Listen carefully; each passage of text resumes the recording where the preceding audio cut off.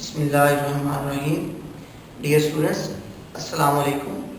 I am Muhammad Mushtaq, Senior Subject Specialist Physics, TPS and Inter-College Sahiwal. I welcome you for TPS online classes. Let's start today's lesson. Bismillahirrahmanirrahim. Our today's topic is motion of a simple pendulum. Chapter number 10, lesson number 2.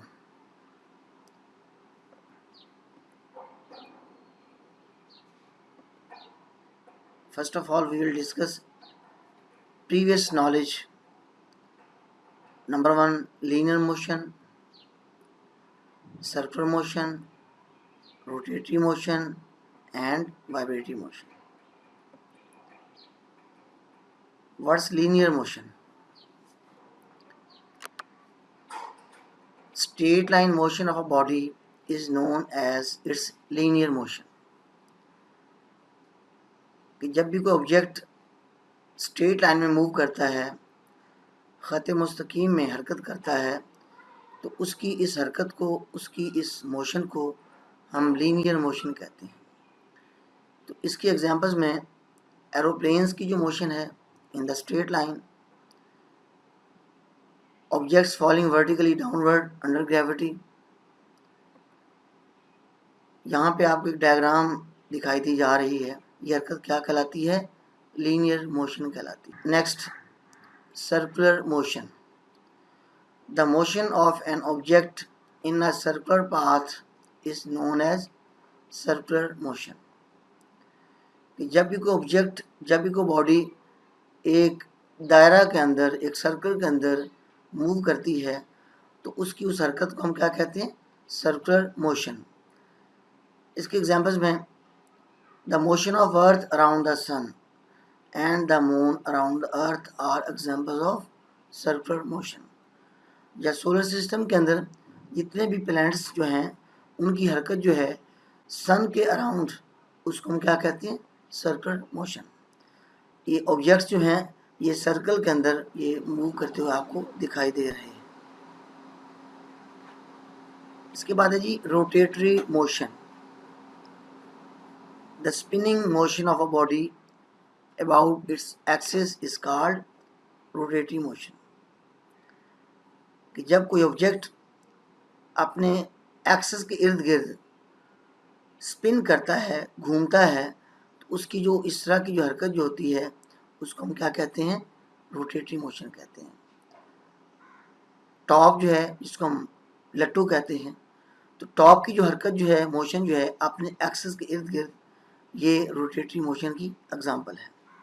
Similarly wheel जो है वो अपने axis के इर्द गिर्द जब rotate करता है, इसको हम क्या कहते हैं? Rotatory motion. Vibratory motion.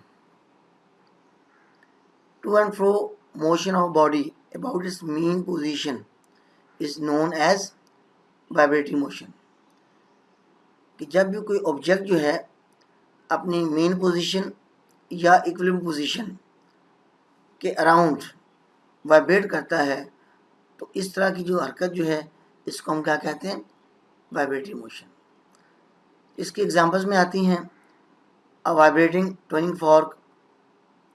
Diagram में आप देखें कि ये ट्यूनिंग फॉर्क जो है, इसके प्रॉन्ग्स जो हैं अपनी एक ख़ास पोजीशन के अराउंड ये टू एंड फ्रो वाइब्रेट कर रहे हैं, ऑसिलेट कर रहे हैं. तो इस तरह की जो हरकत जो होती है, इस तरह की जो मोशन जो होती है, इसको हम वाइब्रेटरी मोशन कहते हैं या हम इसको ऑसिलेटरी मोशन कहते हैं. In the same way another example, vibratory motion of the pendulum of clock. Wall clocks जो होते हैं उनमें पेंडुलम आपने ऑब्जर्व किया होगा, तो उस पेंडुलम की जो हरकत जो है, उस पेंडुलम की जो मूवमेंट जो है वो भी क्या है? वाइब्रेटरी मोशन की एक ख़ास एग्जांपल है. मोशन ऑफ सीसा. तो सीसा में दो फ्रेंड्स जो हैं, दो दोस्त जो हैं, एक तरफ बैठा होता है, दूसरी तरफ बैठा हुआ है, तो अप एंड डाउन उनकी जो मूवमेंट जो है ये भी वाइब्रेटरी मोशन की क्या है? एग्जांपल है.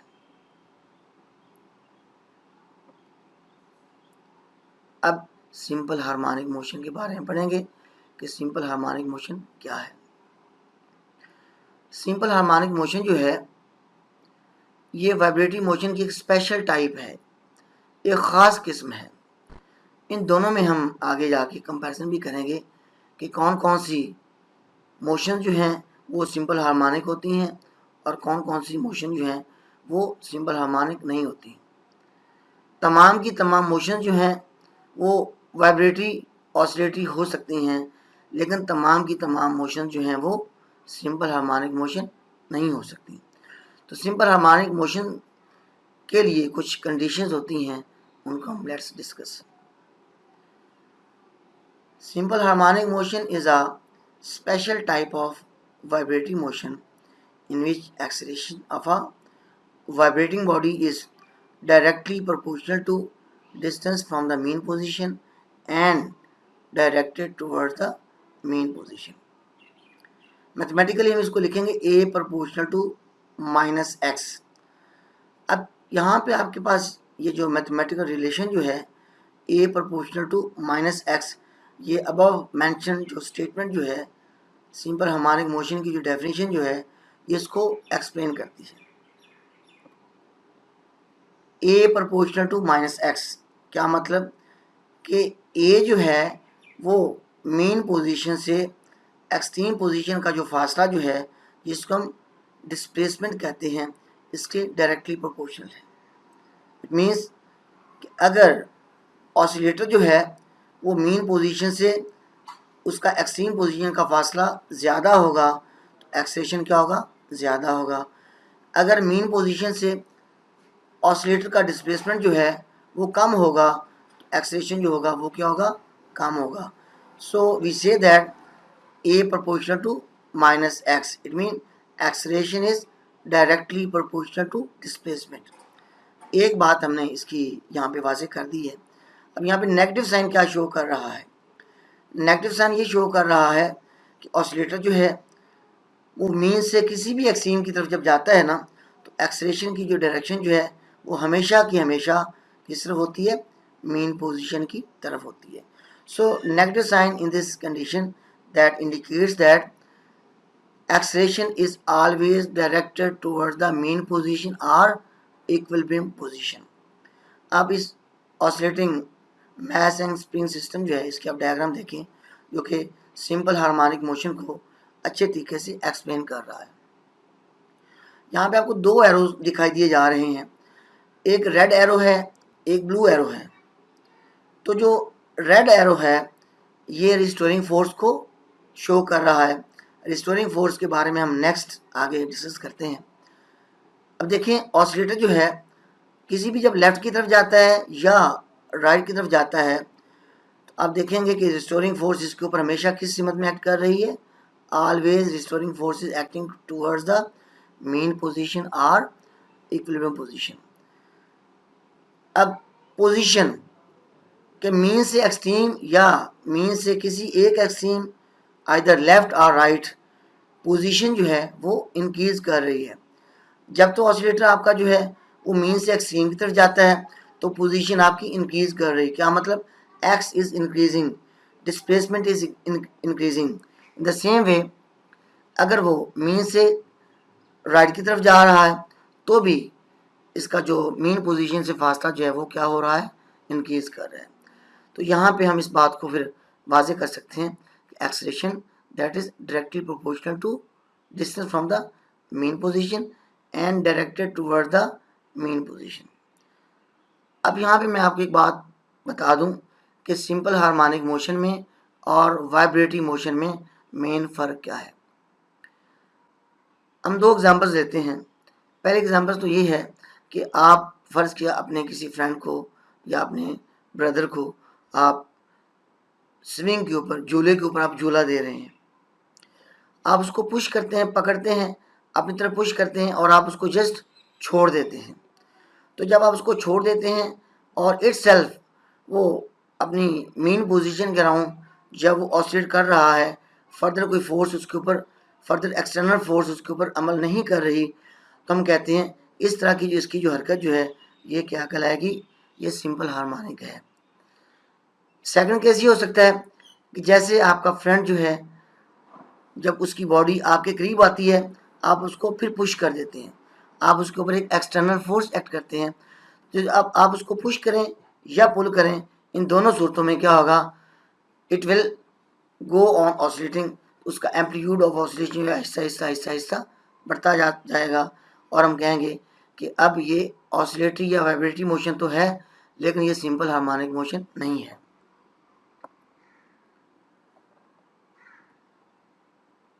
अब हमारा जो मेन टॉपिक जो है that is simple pendulum. Simple pendulum होता क्या है? A small metallic bob suspended by a light and inextensible string and fixed at its upper end with a frictionless support is called simple pendulum। तो यहाँ पे तीन बातें जो है ना वो डिस्कस की गई हैं। अ स्मॉल मेटालिक बॉब कि सिंपल पेंडुलम जो है उसका मेटालिक होना ज़रूरी है। अगर हम यहाँ पे मेटालिक बॉब की जगह पे हम थर्मोपोर शीट का बना हुआ एक बॉब बना लेते हैं और उसको हम किसी थ्रेड के साथ बांध के उसको ऑसिलेट करवाते हैं, तो ये सिंपल पेंडुलम नहीं होगा। क्यों? कि यहाँ पे एयर रेजिस्टेंस उसके ऊपर एक्ट करेगी और उसकी जो मूवमेंट उसको क्या करेगी, डिस्टर्ब करेगी।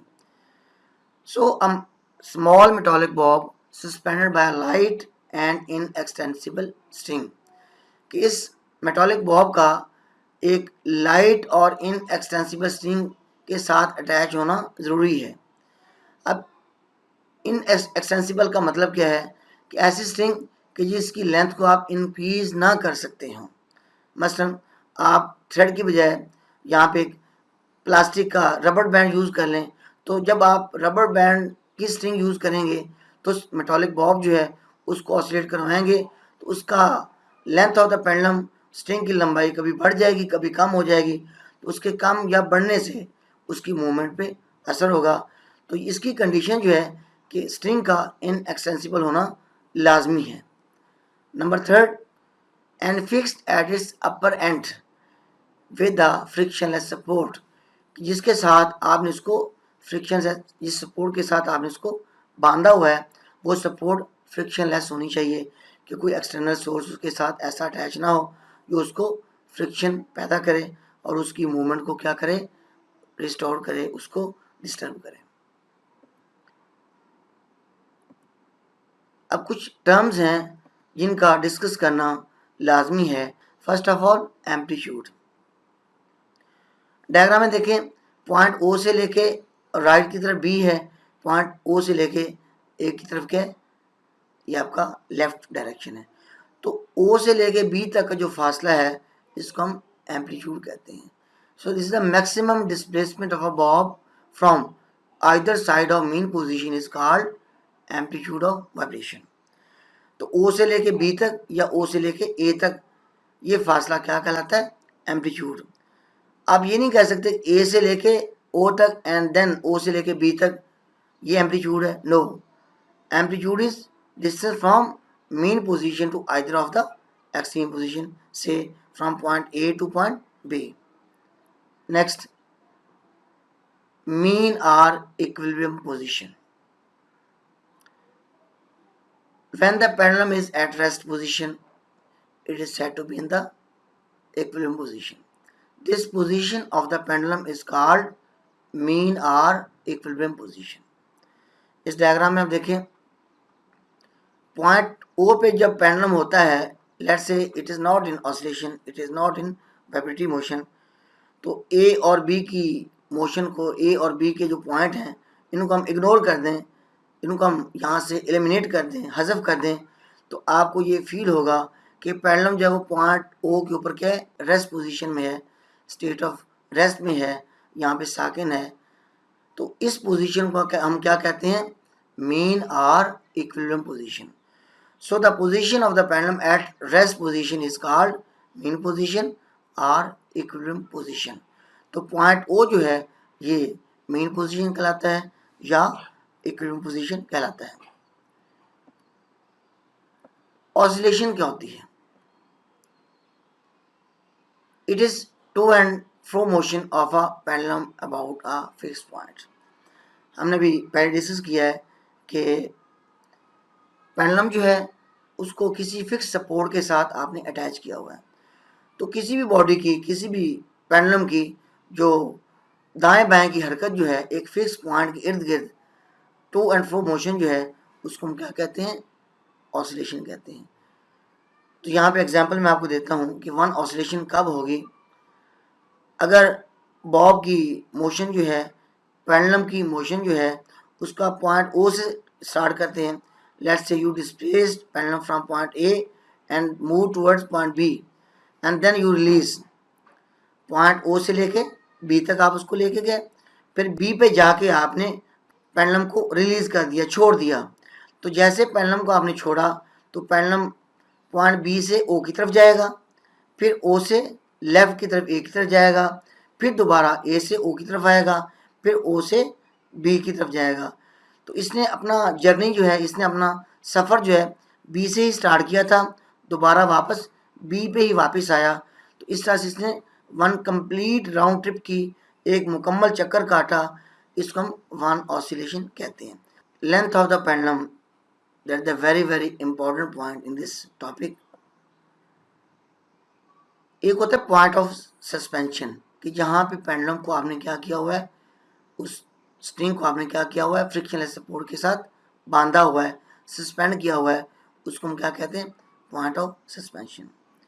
एक होता है सेंटर ऑफ बॉब, कि बॉब का जो सेंटर है, तो पॉइंट ऑफ सस्पेंशन से लेके सेंटर ऑफ बॉब का फासला जो है ये लेंथ ऑफ पेंडुलम कहलाता है। So we define it as the distance between point of suspension to the centre of the bob is called length of the pendulum. तो लेंथ ऑफ द पेंडुलम जो है इसको आप इंक्रीज भी कर सकते हैं, इसको आप डिक्रीज भी कर सकते हैं। अगर तो पेंडुलम का जो डायमीटर जो है वो ज़्यादा है तो भी इसकी लेंथ को इंक्रीज कर सकते हैं, या जो आप थ्रेड आप यूज़ कर रहे हैं उस थ्रेड की लंबाई को, उस थ्रेड की लेंथ को आप कम करें, ज़्यादा करें, तो इसकी लेंथ के ऊपर इफ़ेक्ट्स होंगे, या तो इसकी लेंथ कम हो जाएगी या इसकी लेंथ ज़्यादा हो जाएगी। अब हमारा जो मेन टॉपिक जो है that is motion of a simple pendulum. इससे पहले हमने सबसे पहले प्रीवियस नॉलेज के बारे में पढ़ा, हरकत के बारे में, हरकत कितनी किस्म की होती है। फिर हमने कुछ टर्म्स जो थी वो हमने डिस्कस की, कि जो कि motion of a simple pendulum से मुतल्लिका जो डेफिनेशन जो थी, टर्म जो थी, उनको हमने स्टडी किया, डिस्कस किया। अब हम असल टॉपिक जो है जहाँ से हमारा स्टार्ट होता है that is motion of a simple pendulum. इससे सबसे पहले हम रिस्टोरिंग फोर्स के बारे में पढ़ेंगे कि रिस्टोरिंग फोर्स क्या होती है। The force which brings the pendulum from either of the extreme position to the mean position is called restoring force। कि जब भी पेंडुलम हरकत में होता है, जब भी पेंडुलम अपनी सिंपल हार्मोनिक मोशन परफॉर्म कर रहा होता है, तो जब वो मीन से एक्सट्रीम की तरफ जाता है ना, तो वहाँ पे जाके रुक जाता है। तो रुकने के बाद दोबारा वो वापस मीन की तरफ आता है, फिर मीन से एक्सट्रीम की तरफ जाता है, फिर एक्सट्रीम पे रुकता है, फिर दोबारा वापस आता है। तो एक्सट्रीम से मेन की तरफ आने के लिए जो क़ुव्वत उसको दरकार होती है, जो उसको वापस उसकी मेन की तरफ लेकर आती है, जो उसको उसकी इक्विलिब्रियम पोजीशन की तरफ लेकर आती है, उस फोर्स को हम क्या कहते हैं, रिस्टोरिंग फोर्स कहते हैं। सो व्हेन अ बॉब और mass m is at mean position, two forces are acting. कि जब बॉब मेन पोजीशन पे है तो दो क़ुव्वतें, दो फोर्सेस जो हैं वो एक्ट कर रही होती हैं। एक क़ुव्वत जो है टेंशन टी एक्टिंग अपवर्ड, ये टेंशन टी जो है ये ऊपर की तरफ, ये स्ट्रिंग के अंदर ऊपर की तरफ एक्ट कर रही होती है। और weight of the bob W is equal to mg acting downward, ये न्यूटन का जो थर्ड लॉ जो है एक्शन एंड रिएक्शन के तहत, कि टेंशन टी ऊपर एक्ट कर रही है तो वेट W जो है mg वो डाउनवर्ड एक्ट कर रहा है। अब यहाँ पे ये डायग्राम आपको दिखाई दी जा रही है। तो ये बॉब को जो आपने क्या किया हुआ है, मीन से राइट एक्सट्रीम की तरफ लेकर गए हैं।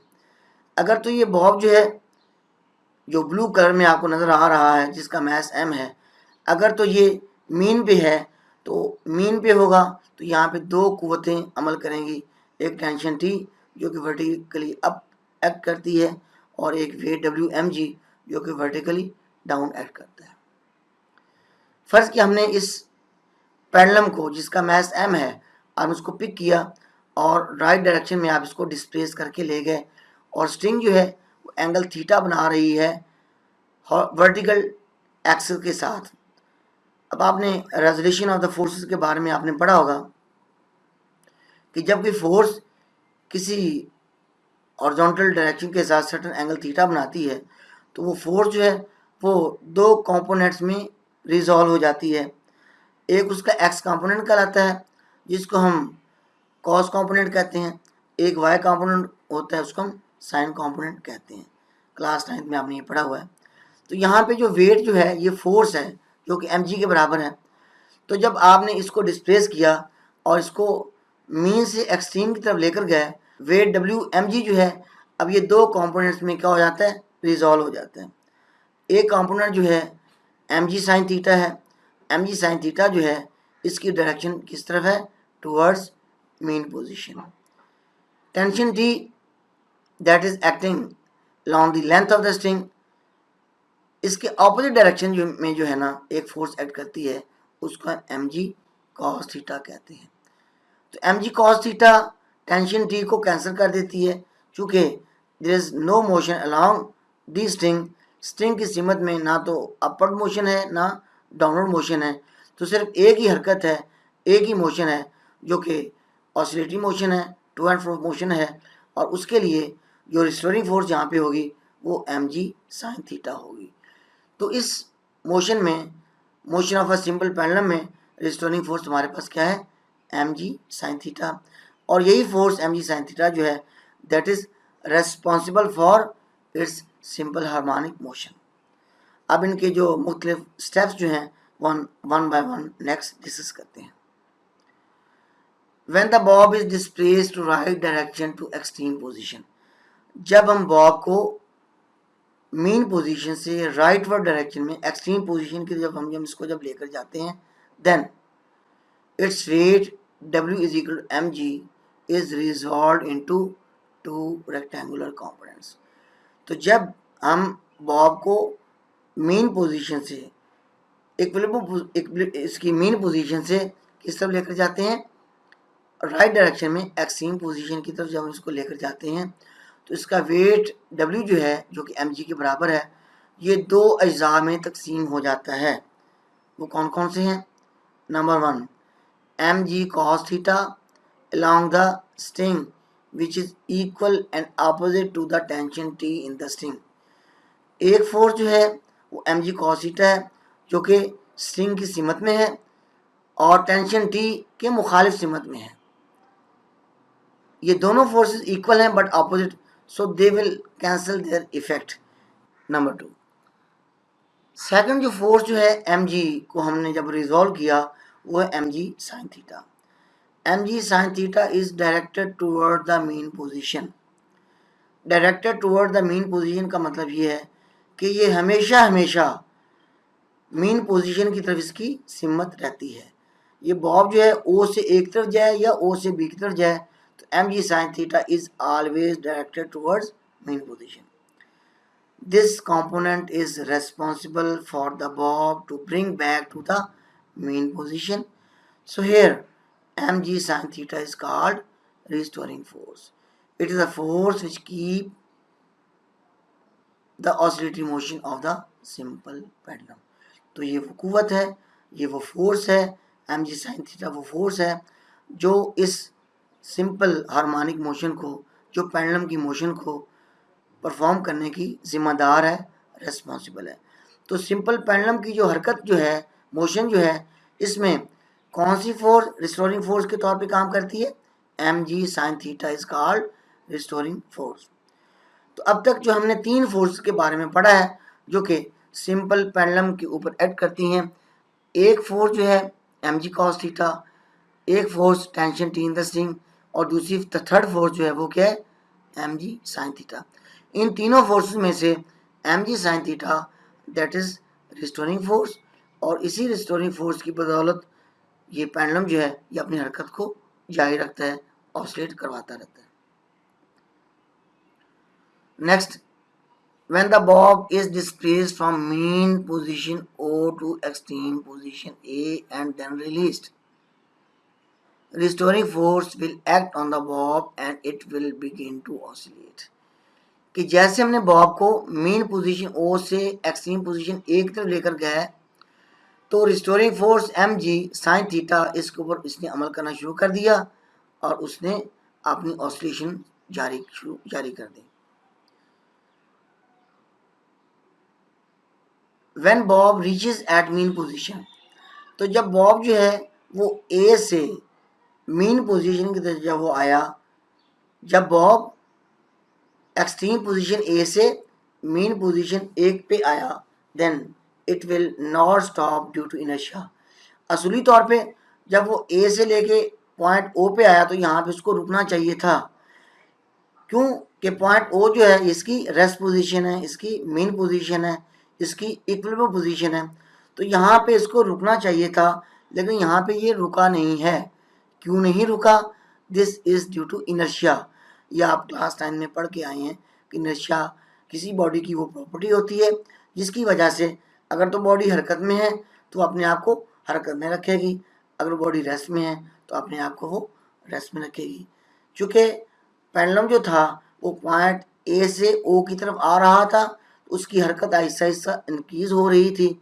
जब वो पॉइंट ओ पे पहुंचा तो उसको वहाँ पे रुकना चाहिए था, लेकिन इनर्शियल प्रॉपर्टी के बायस वो वहाँ पे रुका नहीं, उसने अपनी हरकत को जारी रखा. So it will continue its motion to extreme position B from moving to B. तो जब वो ओ से लेके बी तक उसने अपनी हरकत को जारी रखा. जब वो पॉइंट बी पे पहुंचा, from moving to B M ji sine theta is directed to mean position O. तो जैसे ये पेंडुलम जो है पॉइंट ओ से लेके पॉइंट बी पे गया और वहाँ पे जाके आहिस्ता आहिस्ता उसकी मूवमेंट रुकती गई, उसकी हरकत मिनिमाइज होती गई. अब मिनिमाइज होने की रीज़न क्या थी कि ये जो रिस्टोरिंग फोर्स एम जी साइन थीटा जो थी ना, अब वो उसकी मूवमेंट को रिटार्ड कर रही है, उसकी मूवमेंट को वो रोक रही है, उसकी हरकत वो क्या कर रही है, कम कर रही है, मिनिमाइज कर रही है, उसको अपोज कर रही है. अपोज क्यों करती है? क्योंकि रिस्टोरिंग फोर्स हमेशा किस सिमत में लगती है? Towards main position. जब बॉब ओ से लेके बी तक गया तो रिस्टोरिंग फोर्स की सिमत जो थी एम जी साइन थीटा की जो सिमत जो थी वो किस तरफ हो गई? टुवर्ड्स मेन पोजीशन ओ. और वो बॉब जो है वो पेंडुलम जो है वो आहिस्ता आहिस्ता उसकी हरकत कम होती गई, कम होती गई, कम होती गई, रिड्यूस होती गई और कम होते होते पॉइंट बी पे जाके वो रुक गया. तो जैसे वो पॉइंट बी पे जाके रुका तो यहाँ पे रिस्टोरिंग फोर्स उसके ऊपर दोबारा उसने मैक्सिमम अंदाज में उसके ऊपर उसने एक्ट किया. तो एम जी साइन थीटा रिस्टोरिंग फोर्स जो है दोबारा उसके ऊपर एक्ट किया, अमल किया. फिर वो बॉब दोबारा पॉइंट बी से ओ की तरफ उसने मूव करना शुरू कर दिया. So from moving to B mg sin theta is directed to mean position O and bob will be at rest when reaches at B. तो पॉइंट B पे जाके वो रुक गया. Again restoring force bring back the bob to mean position. In this way pendulum oscillates about its mean position. तो इस तरह से पेंडुलम जो है वो अपनी हरकत को पॉइंट O से लेके A तक, फिर A से लेके O तक, फिर O से लेके B तक, देन B से लेके O तक, इस तरह से इसकी ऑसिलेशन जो है वो जारी रहती हैं.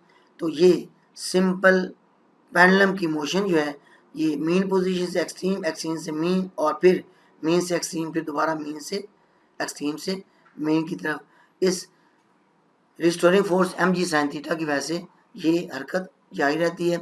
और आहिस्ता आहिस्ता आहिस्ता आहिस्ता इसका एम्पलीट्यूड रिड्यूस होता जाता है, कम होता जाता है. इसके एम्पलीट्यूड के कम होने की जो रीज़न जो है, वजह क्या है, वो बेशुमार फोर्सेस हो सकती हैं जो उस पेंडुलम पे एक्ट कर सकती हैं, जो बज़ाहिर हमें दिखाई नहीं देती. जैसे एयर फ्रिक्शन है, हवा की रगड़ है, एयर की जो फ्रिक्शन फोर्स जो है वो पेंडुलम की मूवमेंट को रिटार्ड करती है, उसकी मूवमेंट को वो स्लो करती है. और उस मूवमेंट के स्लो होने की वजह से वो पेंडुलम जो है वो आहिस्ता आहिस्ता उसका एम्पलीट्यूड कम होता जाता है और एक ऐसा वक्त आता है कि वो पेंडुलम मुकम्मल तौर पे पॉइंट ओ पे आके रुक जाता है, स्टॉप कर जाता है. अब यहाँ पे energy conservation in simple pendulum के बारे में पढ़ेंगे कि सिंपल पेंडुलम जो है इसमें एनर्जी किस तरह से कंजर्व होती है। आपने law of conservation of energy के बारे में आपने पढ़ा होगा। Energy neither can be created not destroyed but it can change its shape. Energy को ना हम तबाह कर सकते हैं, ना हम उसको क्रिएट कर सकते हैं, बल्कि वो एक शक्ल से दूसरी शक्ल में अपनी शेप को चेंज करती है। तो हम यहाँ पे सिंपल पेंडुलम में भी एनर्जी कंजर्वेशन के बारे में पढ़ेंगे। एनर्जी जो है इस सेंस में दो तरह की है, एक होती है पोटेंशियल एनर्जी, एक होती है काइनेटिक एनर्जी। ये भी आप क्लास 9 में पढ़ चुके हैं कि what is potential energy. The energy possessed by body due to change in its position और चेंज इन इट्स शेप। कि किसी भी बॉडी की अगर आप पोजीशन को चेंज कर दें या आप शेप को चेंज कर दें तो उसमें जो एनर्जी जो होगी उस एनर्जी को हम क्या कहते हैं, पोटेंशियल एनर्जी। अब ये सिंपल हार्मोनिक मोशन के अंदर आपने मास एंड स्प्रिंग सिस्टम के बारे में भी पढ़ा है। प्रीवियस मैंने आपको इसकी डायग्राम भी दिखाई है कि मास स्प्रिंग सिस्टम के अंदर जब आप क्या करते हैं, उस मास को खींच के राइट की तरफ लेकर जाते हैं तो स्प्रिंग जो है उस स्प्रिंग की शेप में चेंज आती है। तो शेप में चेंज आने की वजह से वो उस ऑब्जेक्ट को ऑसिलेट करवाती हैं, उस मास को वाइब्रेट करवाती हैं, तो उसमें एनर्जी कंजर्वेशन होती है। तो एक्सट्रीम पे एनर्जी और होगी, मीन पे एनर्जी और होगी। पोटेंशियल एनर्जी क्या होती है ये मैंने आपको भी बता दिया है कि energy due to change in position और शेप। तो पोजीशन में तब्दीली की वजह से या किसी बॉडी की शेप में तब्दीली की वजह से जो एनर्जी हम हासिल कर सकते हैं उसको हम क्या कहते हैं, पोटेंशियल एनर्जी। अब सिंपल पेंडुलम के अंदर पोटेंशियल एनर्जी जो पैदा होती है वो किसकी वजह से होती है, वो चेंज इन शेप की वजह से पैदा नहीं होती बल्कि वो चेंज इन इट्स पोजीशन की वजह से पैदा होती है। कि हम उसको मीन से एक्सट्रीम की तरफ लेकर जाते हैं तो मीन से एक्सट्रीम की तरफ उसका इनिशियल लेवल से अपर लेवल तक उसकी हाइट में कुछ पेंडुलम की हाइट में थोड़ा सा फर्क आता है। तो उसमें वो एनर्जी जो पैदा होती है वो क्या होती है, पोटेंशियल एनर्जी। काइनेटिक क्या होती है कि जब कोई बॉडी हरकत करती है, जब कोई बॉडी मूव करती है तो हरकत करने की वजह से, मूव करने की वजह से जो एनर्जी प्रोड्यूस होती है उसको हम क्या कहते हैं, potential energy. So when we move the ball from mean position to extreme position, in this condition what will happen, हम देखते हैं कि पेंडुलम की जो हाइट है वो इनिशियल पोजीशन से थोड़ी सी ज़्यादा हो जाती है। जब उसकी हाइट ज़्यादा हो जाती है तो हमने ये पढ़ा है कि पोटेंशियल एनर्जी का फार्मूला mgh के बराबर होता है, क्योंकि मीन से उसकी हाइट थोड़ी सी बढ़ गई। तो मीन से एक्सट्रीम पे जब जाके आपने उसको अभी पकड़ा हुआ है तो उसके अंदर एनर्जी जो है वो क्या है, potential energy. When pendulum is at either of extreme position, here the energy is potential energy. जैसे आपने उसको छोड़ा, रिलीज किया, तो कंजर्वेशन ऑफ एनर्जी के तहत वो एनर्जी जो है वो पोटेंशियल एनर्जी जो है वो कन्वर्ट किस में हो गई, काइनेटिक एनर्जी में। So while moving back to mean position, potential energy is converted to the kinetic energy.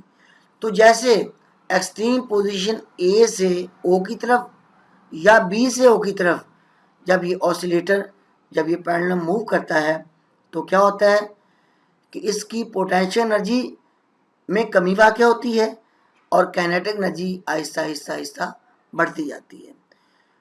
तो एक्सट्रीम पे मैक्सिमम एनर्जी जो थी वो क्या थी, पोटेंशियल। तो जैसे वो एक्सट्रीम से मीन की तरफ गया तो पोटेंशियल एनर्जी जो थी वो आहिस्ता आहिस्ता काइनेटिक एनर्जी में कन्वर्ट होना शुरू हो गई। और जैसे वो मीन पे पहुंचा तो यहाँ पे टोटल की टोटल एनर्जी काइनेटिक है। अब पोटेंशियल एनर्जी यहाँ पे क्या है, ज़ीरो, और काइनेटिक एनर्जी यहाँ पे क्या है, maximum.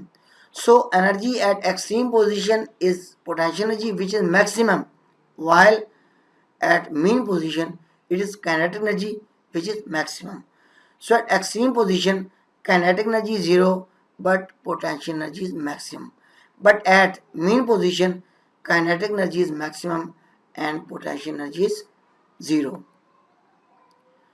While moving to other extreme position, पहले तो ये था कि राइट डायरेक्शन में पॉइंट ए से ओ की तरफ ऑसिलेटर आया, तो जब ओ पे पहुंचा तो उसकी जो एनर्जी जो थी वो क्या थी, मैक्सिमम थी, और वो मैक्सिमम एनर्जी क्या थी, काइनेटिक। अब ये पॉइंट ओ से लेफ्ट डायरेक्शन में पॉइंट बी की तरफ ऑसिलेटर ये मूव कर रहा है, चूँकि पॉइंट ओ पे एनर्जी मैक्सिमम जो थी वो क्या थी, काइनेटिक। अब ये काइनेटिक एनर्जी जो है ये कन्वर्ट होना शुरू हो जाएगी पोटेंशियल एनर्जी में। while moving to other extreme position, it means from moving point O to point B, kinetic energy is converted to potential energy.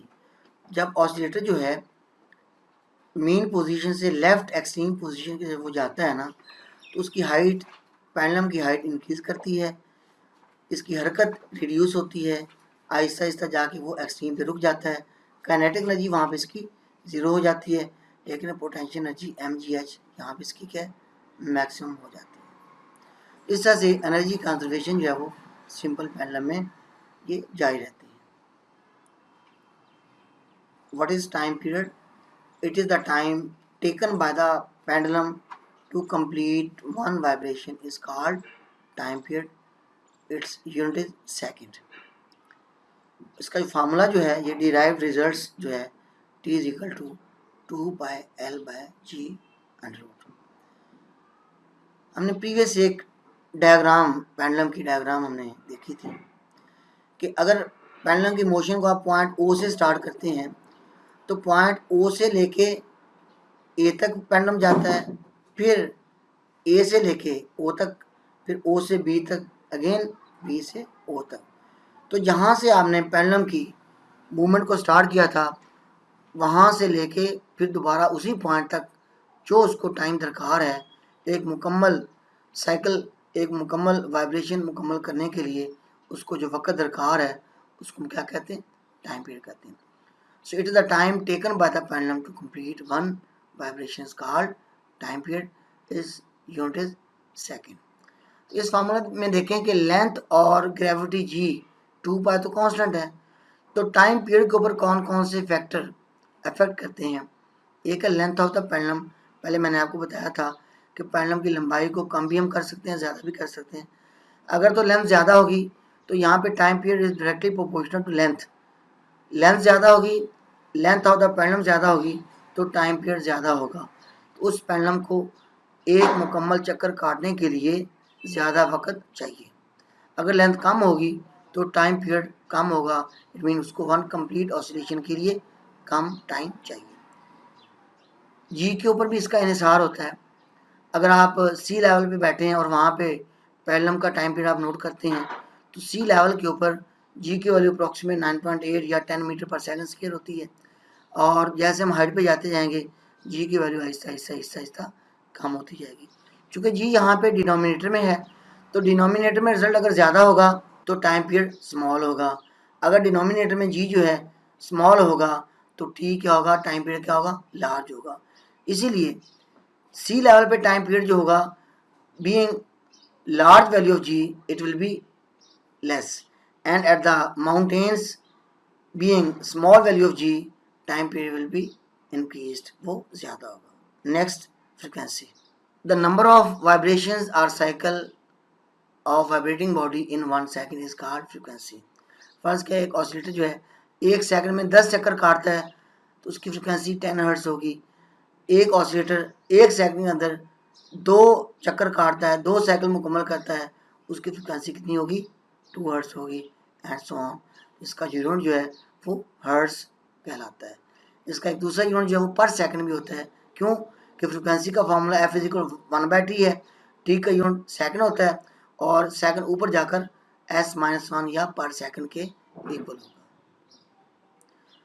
अभी कुछ करैक्टरिस्टिक्स जो हैं सिंपल हार्मोनिक मोशन की, कुछ खसूसियात हैं। ये तमाम टॉपिक, तमाम लेक्चर जो हमने पढ़ा है इसको हम यहाँ पे समराइज करना चाहते हैं। Number 1, a body executing SHM always vibrate about a fix position.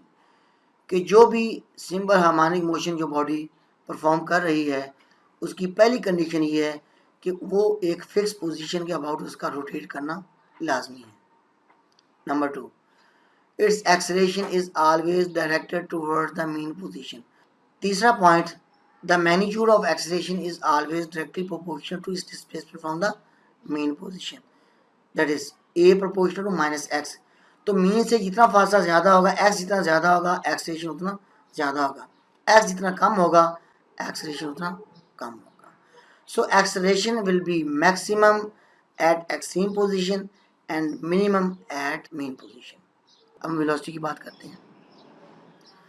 जब सिंपल पेंडुलम की मूवमेंट को आप ऑब्जर्व करते हैं तो आप देखते हैं कि जब मीन पोजीशन पे आता है तो पेंडुलम जो तेज़ी के साथ पास करता है, एक्सट्रीम पे जाता है वो रुक जाता है।